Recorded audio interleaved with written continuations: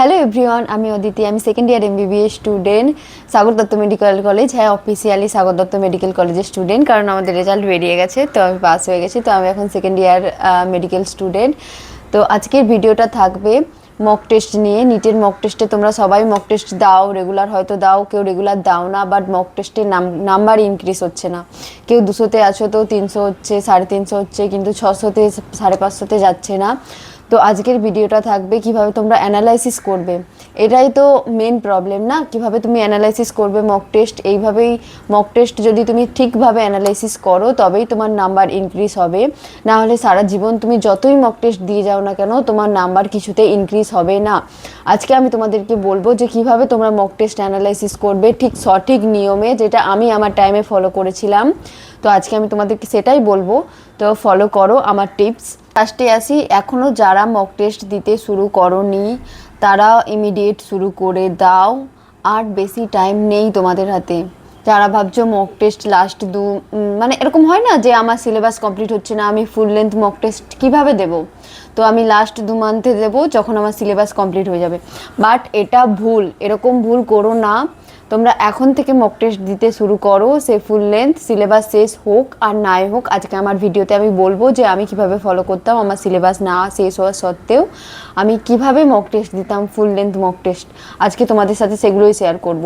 তো আজকে বেসিক্যালি তোমরা তোমাদের মার্কস 250 থেকে 630+ পর্যন্ত নিয়ে যেতে পারো। তো ভিডিওটা পুরোটাই দেখো, স্কোর কিভাবে তোমরা ইনক্রিজ করবে তোমরা এখান থেকেই একমাত্র বুঝতে পারবে। তোমাদেরকে বলবো না যে তোমরা একদম টাইম টু টাইম 2টো থেকে 4টে পর্যন্ত 5টে পর্যন্ত মক টেস্ট দাও, আমি এখন এটা বলবো না। এখন তোমাদের যখন টাইম হবে তোমরা তখনই 3 ঘন্টা বার করো। এই জানুয়ারি ফেব্রুয়ারি, দেন মার্চ এপ্রিলে তোমরা টাইম মতো করো, বাট জানুয়ারি ফেব্রুয়ারিতে তোমরা যে কোনো 3 ঘন্টা বার করতে পারো। তোমাদের লাইফের যে কোনো 3 ঘন্টা বার করো, সেখানে তোমরা মক টেস্ট দাও। দেন মক টেস্ট নেওয়ার পর সঙ্গে সঙ্গে দেখো না কি ঠিক কি ভুল, তুমি হালকা ব্রেক নাও। ব্রেক নেওয়ার পর তুমি এসে আবার মক টেস্টটা নিয়ে বসো, যে তুমি ক্যালকুলেশন করো যে তোমার কোনটা ঠিক কোনটা ভুল। আর যদি এরকম হয়ে থাকে তুমি অনলাইন মক টেস্ট দাও, তাহলে তো তোমার রেজাল্ট দিতে টাইম লাগে। বাট আমি কি করতাম, আগের মক টেস্টগুলো যেতাম, আগের ইয়ারের মক টেস্টগুলো যেগুলো পিডব্লিউতে ছিল ব্যাচে, ওগুলো আমি দেওয়ার চেষ্টা করতাম সব সময়। তো আমার কি হতো, আমি তো রেজাল্ট পেয়ে যেতাম, সঙ্গে সঙ্গে রেজাল্ট পেয়ে যেতাম। দেন আমি ব্রেক নিতাম, ব্রেক নেওয়ার পর ওটাকে আমি অ্যানালাইসিসের জন্য আসতাম। অ্যানালাইসিস করার জন্যে অ্যাটলিস্ট 2 ঘন্টার বেশি যেন সবার হয়। এই আধ ঘন্টায় দেখে নিলাম কি ঠিক ভুল হয়েছে, এরকম করলে হবে না। অ্যাটলিস্ট তোমার 2 ঘন্টার বেশি হতে হবে অ্যানালাইসিসের টাইম। আর যদি তোমার 2 থেকে 3 ঘন্টা 4 ঘন্টা যায়, তাহলেই তুমি বুঝবে যে তুমি ঠিক উপায়ে অ্যানালাইসিস করছো। না হলে সবাই মক টেস্ট দেয়, সবারই কম নাম্বার আসে। আমি অলওয়েজ প্রেফার করতাম, মানে সবাই সেম করে, বায়োলজি, কেমিস্ট্রি, তারপরে ফিজিক্স, এটা টেস্ট দেওয়ার নিয়ম। যখন তুমি মক টেস্ট দেবে এটা তোমার নিয়ম থাকবে, মানে সাজানো থাকবে যে আমি প্রথমে বায়োলজি করব, তারপরে কেমিস্ট্রি করব, তারপরে ফিজিক্স করব। এই নিয়ে আমি একটা পরে ভিডিও বানাবো যে কিভাবে তোমরা অ্যাটেম্প্ট করবে মক টেস্টের পেপার। বাট এখন আমি বলছি তোমরা কিভাবে অ্যানালাইসিস করবে জিনিসটাকে। আর যখন তুমি অ্যানালাইসিস করবে তখন তোমার প্রায়োরিটি থাকবে সবসময় ফিজিক্স আগে তোমাকে দেখতে হবে, তোমাকে অ্যানালাইসিস করতে হবে, দেন কেমিস্ট্রি, দেন বায়োলজি। এটা সবাইকে ফলো করতেই হবে, এটাই বেসিক নিয়ম। এটা ফলো করলেই কিন্তু তোমার নাম্বার ইনক্রিজ হবে। ফুল সিলেবাস মক টেস্ট, তোমার এখন ফুল সিলেবাস মক টেস্ট দেওয়া খুব ইম্পর্টেন্ট, যেটা আমার মনে হয়েছিল, আমি আমার টাইমে দিয়েছিলাম। এখন তোমার পুরো সিলেবাস নিয়েই মক টেস্ট দেওয়াটাই বেস্ট হবে। তো তুমি মক টেস্ট টেলিগ্রাম থেকে পেতে পারো, আকাশ, অ্যালিন বা অন্যান্য স্যারেরও তুমি পেতে পারো। দেন তুমি পিওয়াইকিউ করতে পারো। পিওয়াইকিউ ধরো 2016, 2015 এরকম বার করে পিওয়াইকিউ করতে পারো, বা পিডিএফ দেখেও পিওয়াইকিউ করতে পারো। আর পিডব্লিউ টেস্ট ফলো করো, আমি পিডব্লিউ টেস্ট ফলো করেছি।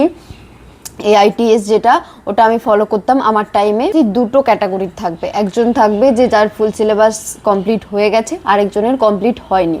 তারা কি করবে দেখো, যখন তোমার একটা ফুল লেন্থ পেপার নেবে তখন তোমার পুরো বই থেকেই অবভিয়াসলি কোশ্চেন আসবে। যারা ফুল সিলেবাস কমপ্লিট করে ফেলেছো তাদের তো কোনো চিন্তা নেই, তোমরা হচ্ছে যে মক টেস্ট দাও। দেন যাদের মানে 720-র মধ্যেই তোমাদের হিসেব করা হবে। বাট যাদের এখনও ফুল সিলেবাস কমপ্লিট হয়নি তাদের ক্ষেত্রে আমার একটা টিপস, তারা এটা ফলো করো যে তোমরা যখন মক টেস্টটা সলভ করবে তখন তোমরা দেখো যে কোন জিনিসটা তোমাদের এখনও পড়ানো হয়নি। সাপোজ তোমাদের মডার্ন ফিজিক্স পড়ানো এখনও হয়নি কোচিংয়ে, দেন তুমি কি করবে, তখন তুমি ওটাকে ক্রস মার্ক দেবে। যখন তুমি কোশ্চেন সলভ করছো 1 2 3 4, সাপোজ 5-এর কোশ্চেনটা তুমি জানো না, ওটা তুমি জানো, বুঝতে পেরেছো যে এতদিন তো বুঝতে পেরে গেছো কোথা থেকে কী কোশ্চেন আছে, তো তোমার ওটা মডার্ন ফিজিক্স থেকে এসেছে কিন্তু তোমার ওটা এখনও টিউশনে পড়ানো হয়নি, তখন তুমি কি করবে, তখন তুমি এটাই করবে যে ওটা থেকে তুমি ক্রস দেবে, হ্যাঁ পেন দিয়েই বড় করে ক্রস দেবে, দেন নেক্সটটায় আসবে। এভাবেই তোমাকে ফলো করতে হবে। আমি আমার টাইমে এভাবেই ফলো করেছিলাম, আমি তোমাদেরকে দেখাচ্ছি আমি মক টেস্ট কীভাবে দিয়েছিলাম। এটা আমার মক পেপার যেটা আমি দিয়েছিলাম, আমার সিলেবাস কমপ্লিট হয়নি তাও এই পেপারটা আমি দিয়েছিলাম। এটা রিসেপ স্যারের, তোমাদেরকে দেখাচ্ছি আমি কিভাবে ক্রস দিতাম। সাপোজ আমার তখন আই থিঙ্ক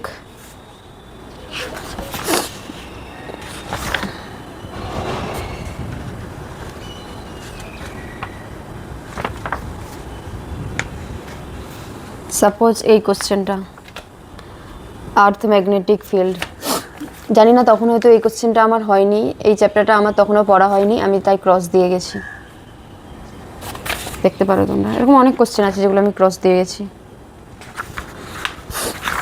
এখানে আরেকটা রয়েছে অ্যাম্পলিফায়ারের, এটা আই থিঙ্ক সিলেবাস থেকে বাদ দেওয়া হয়েছিল, তো আমি এখানে যখন মক টেস্ট সলভ করছিলাম তখন এখানে ক্রস দিয়ে গেছি।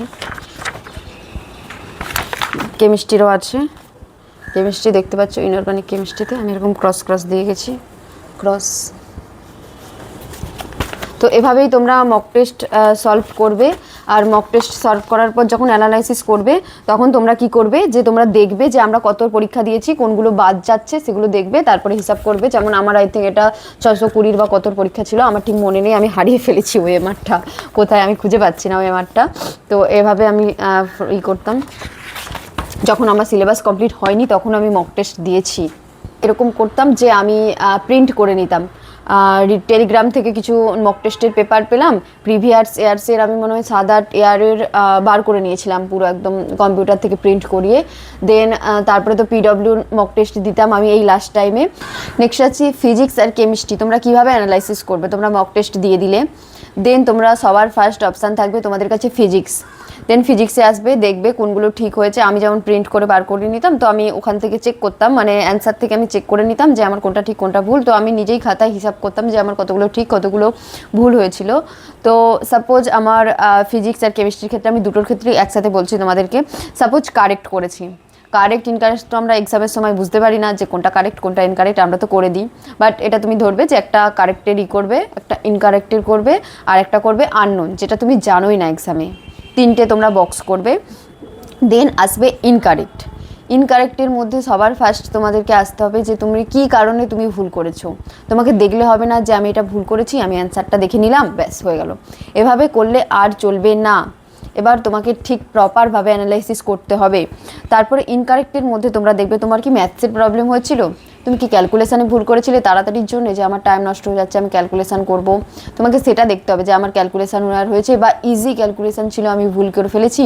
তো তোমাকে এটা প্রমিস করতে হবে নিজেকে যে আমি নেক্সট টাইম থেকে এরকম আর কিচ্ছু করব না, এটা তোমাকে নিজেকে প্রমিস করতে হবে যে নেক্সট টাইম আমি ক্যালকুলেশানের প্রতি বেশি ফোকাস করব, আমাকে ভালো করে ক্যালকুলেশান করতে হবে যতই টাইম কম থাকুক। দেন আসি কনসেপ্ট মিস্টেক। কনসেপ্ট মিস্টেক কোনটাকে বলবে তুমি দেখো, তুমি একটা করলে কোশ্চেন পড়লে, দেন তোমার মনে হলো যেটা ইলেকট্রিক ফিল্ড হতে পারে, এটা গ্র্যাভিটেশনেরও কোনো কোশ্চেন হতে পারে একই ফর্মুলা দিয়ে, তো তোমাকে দেখতে হবে যে কোন ফর্মুলাটা আমি অ্যাপ্লাই করব, এটাকে বলে কনসেপচুয়াল।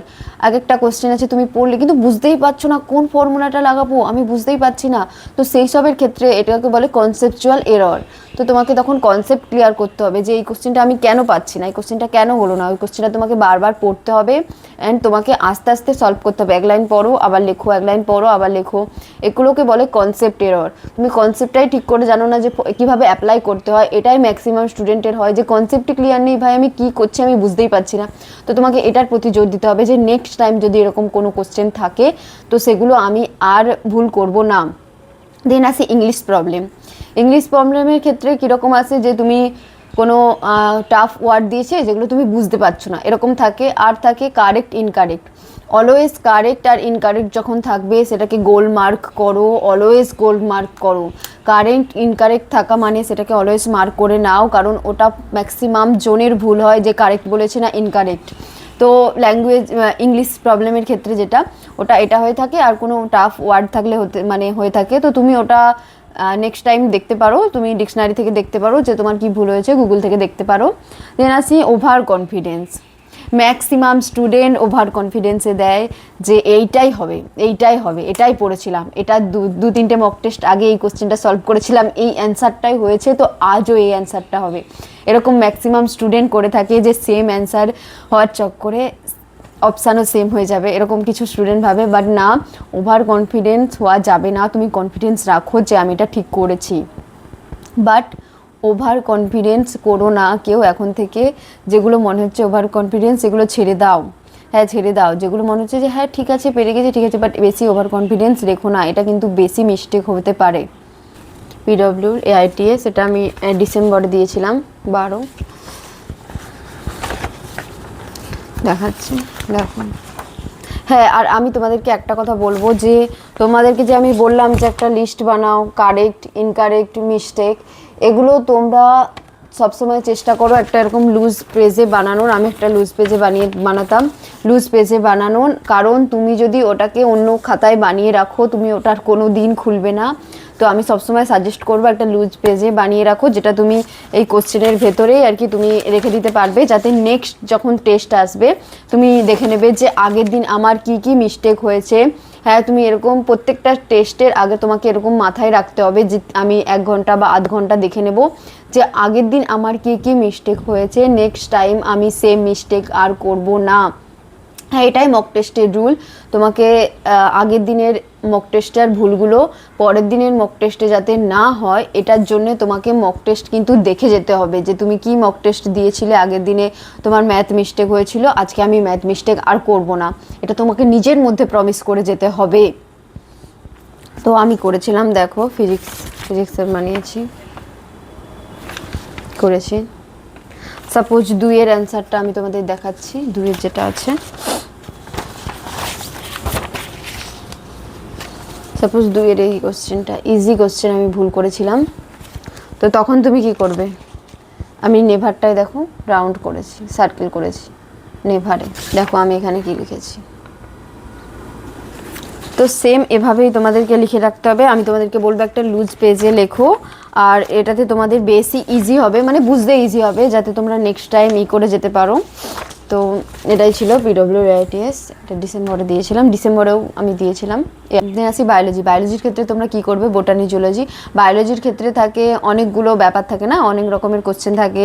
একটা থাকে ধরো ডাইরেক্ট কোশ্চেন চলে আসে, দেন থাকে ডায়াগ্রাম বেসড কোশ্চেন থাকে, স্টেটমেন্ট থাকে, স্টেটমেন্ট 1-2-র মধ্যে থাকে, দেন আছে অ্যাসারশন রিজন, যেগুলো ওই কোশ্চেনগুলো থাকে, দেন আছে কনসেপচুয়াল কোশ্চেন থাকে, আর ম্যাচিং। এই 6 টাইপেরই কোশ্চেন থাকে, যেগুলো ছক ম্যাচিংয়ের থাকে ওগুলো থাকে। এই 6 টাইপেরই কোশ্চেন থাকে। তুমি এই 4টা বানাও, যে জুলজি বোটানি, দেন তুমি এই 6 পয়েন্টে লেখো একটা পেপারে, দেন তুমি লেখো যে তোমার কোনটা ভুল হচ্ছে। তোমার কি ডায়াগ্রাম ভুল হচ্ছে? তুমি ডায়াগ্রাম মনে রাখতে পারছো না, দেন তোমাকে কি করতে হবে? তুমি এরকম করবে যে রোজ আমি এবার থেকে একটা চ্যাপ্টারের অ্যাটলিস্ট 5টা করে ডায়াগ্রাম প্রত্যেক দিন একটা টাইম বার করব, আধ ঘন্টা, সেই টাইমের মধ্যে আমি ডায়াগ্রামগুলো ফলো করব। কি ভুল হচ্ছে, কি হচ্ছে, তোমার কি স্টেটমেন্ট ভুল হচ্ছে, স্টেটমেন্ট 1 ঠিক, 2, তো তোমার এটাকে আমি বলবো যে তোমার ভালো করে আরও পড়া উচিত, মানে ইংলিশ বোঝা উচিত আর কি। এটার ক্ষেত্রে আমি সবসময় ইংলিশকে প্রেফার করবো, যে তুমি ইংলিশটা বুঝতে পারছো না। বায়োলজি আমরা সবাই জানি, সবাই বারবার পড়ি, বাট ঠিক অ্যাপ্লাই করতে পারি না। তোমাকে স্টেটমেন্টের ক্ষেত্রে ইংলিশটা খুব ভালো করে নজর দিতে হবে। দেন আসি অ্যাসারশন রিজন, ওটাতে তোমার সেম, আর একটা থেকে ডাইরেক্ট কোশ্চেন, যেরকম কোশ্চেন ডাইরেক্ট তুমি দেখবে অ্যান্সার দেবে, ম্যাক্সিমাম এরকমই থাকে, বাট হ্যাঁ 6 টাইপই থাকে। আর বেসিক কনসেপ্ট, যখন তোমার মনে হবে যে এই কনসেপ্টটাই আমার ক্লিয়ার নেই, সাপোজ কোনো কোশ্চেন তুমি পেয়েছো বাট তুমি এটা মানে বুঝতেই পারছো না, কি লাগাবো আমি কিছুই বুঝতে পারছি না, এই অ্যান্সারটা কোথায় ছিল, বা এক একটা স্মল লাইন থেকে দিয়ে দেয় না, পুরো স্মল ওয়ার্ড দিয়ে দেয় এক একটা লাইনের, ওগুলো তোমাকে আবার মনে করে রাখতে হবে যে কি হচ্ছে, কি কোথায় ভুল হচ্ছে, ওগুলোকে বইয়ে গিয়ে সার্কেল করে রাখো। হ্যাঁ, এনসিইআরটি পড়ারও আলাদা নিয়ম আছে, যেগুলো আমি তোমাদেরকে পরে বলবো। দেন আসি ম্যাচিং করবে। তারপরে তোমরা যে ম্যাচিংয়ে ভুল হয়েছে কি আমার, আমি তাড়াহুড়োর ক্ষেত্রে কি 1-এ 2 লিখে দিয়েছি, 2-এ 3 লিখে দিয়েছি, আমি অপশানগুলো পড়িনি, আমি কিন্তু কারেক্ট অ্যান্সার জানি কিন্তু অপশান আমি ভুল করেছি। ম্যাচিংয়ের ক্ষেত্রে এটা খুব হয়। আমরা ম্যাচ তো ঠিক করে নিয়েছি, কিন্তু যখন উত্তর মিলাচ্ছি খুব তাড়াতাড়ি দেরি হয়ে যাবে, তখন তুমি কি করো যে তুমি ভুল অ্যান্সারটা টিক করে দাও। তো তোমাকে এটা খেয়াল রাখতে হবে যে তুমি কি ভুল অ্যান্সার টিক করছো। তো তোমাকে এটা বায়োলজির ক্ষেত্রে দিতে হবে। এই ছকটায় বানাও, এই 6টা কোশ্চেন ছাড়া বায়োলজিতে কোশ্চেন আর আসে না, এই 6টা টাইপ কোশ্চেন ছাড়া। তো তুমি একটা চার্ট বানাও। আমিও চার্ট বানিয়েছিলাম, আমার বায়োলজি ঠিকঠাক হয়ে যেত। তো আমি বায়োলজির ক্ষেত্রে তো আমার এত মিস্টেক হতো না, আমার খুব কম মিস্টেক হতো, হলে কনসেপ্টের কিছু মিস্টেক হতো, নাহলে বায়োলজি আমার ভালো করেই যেত। আর তোমাদেরকে যেগুলো বললাম অবশ্যই ফলো করো, সব ফলো করো। এইভাবেই তোমরা টেস্ট অ্যানালাইসিস করো, খুব ভালো মার্কস ইনক্রিজ হবে। সে যে আমি প্রিন্ট করে কিভাবে সালের কোশ্চেনও বার করেছিলাম দেখাচ্ছি। আমি সালের কোশ্চেন বার করেছিলাম, যে আমি মক টেস্ট দিতাম, সেগুলো তো অনলাইনেই পাওয়া যায়। মক টেস্ট সলভ করতাম, এটা সালের কোশ্চেন, নিট 2 2016। আমি সালের কোশ্চেনও বার করেই সলভ করেছি। তবে সালের কোশ্চেনও করেছি, পিডব্লিউর AITSও বার করেছি, মানে প্রিন্ট করিয়ে। আর বাকি রইলো, হ্যাঁ, টেলিগ্রাম থেকে ঋষভ স্যারেরও কোশ্চেন প্রিন্ট করে করিয়েছি। এখন থেকে তোমাদেরকে ফুল লেন্থ মক টেস্ট দিতে হবে। তোমাদেরকে যেরকম বললাম, সিলেবাস না কমপ্লিট হলেও যত নাম্বারে দিচ্ছ তত নাম্বারের মধ্যে তুমি কত পেয়েছো দেখো। আর অবশ্যই টাইম লিমিট লাগিয়ে তোমরা মক টেস্ট দিতে শুরু করো। আর অ্যানালাইসিস খুব দরকার, তবেই তোমার মার্কস 200 300 400 আস্তে আস্তে 550 600 আসবে। আর সবথেকে বড় ব্যাপার যেটা, যাদের 450 550 এরকম আসছে, তারা মনে করছো যে আমাদের আর সিলেকশান হবে না, বাট না, এক্সামটাই মেন ব্যাপার। তোমরা এক্সামে কীরকম পারফরমেন্স করছো এটাই বড় ব্যাপার। তোমার মক টেস্টে যতই মার্কস আসুক, হ্যাঁ, তবে সবসময় মার্কস বাড়ানোর চেষ্টা করব আমরা, বাট মার্কস কম আসছে বলে এটাকে নিয়ে বেশি ডিপ্রেশন করার দরকার নেই। মার্কস কম আসলেও তোমার ফাইনালে কী হবে তুমি থুড়ি জেনে আসো, ফাইনালে হতে পারে তোমার সব কোশ্চেন অ্যান্সার জানা হয়ে গেছে। তো যত ভুল হবে তত তুমি ভুলটা থেকে শিখবে। আর অ্যানালাইসিসটা ঠিক এইভাবেই করো, তোমরা আস্তে আস্তে শিখবে, আর আস্তে আস্তে নাম্বারও ইনক্রিজ হবে। যেটা আগের দিন ভুল হবে, তোমরা সবসময় এটা নিজের মধ্যে প্রমিস করে রাখো যে আমি নেক্সট টাইম ওই ভুলটা আর একটুও করব না। তো ভিডিওটা এতটাই, আর নেক্সট কোনো ভিডিওতে আবার দেখা হচ্ছে। তো তোমরা খুব ভালো করে পড়ো আর টাইম নষ্ট করো না। অল দ্য বেস্ট, মক টেস্টে খুব ভালো নাম্বার বাড়বে।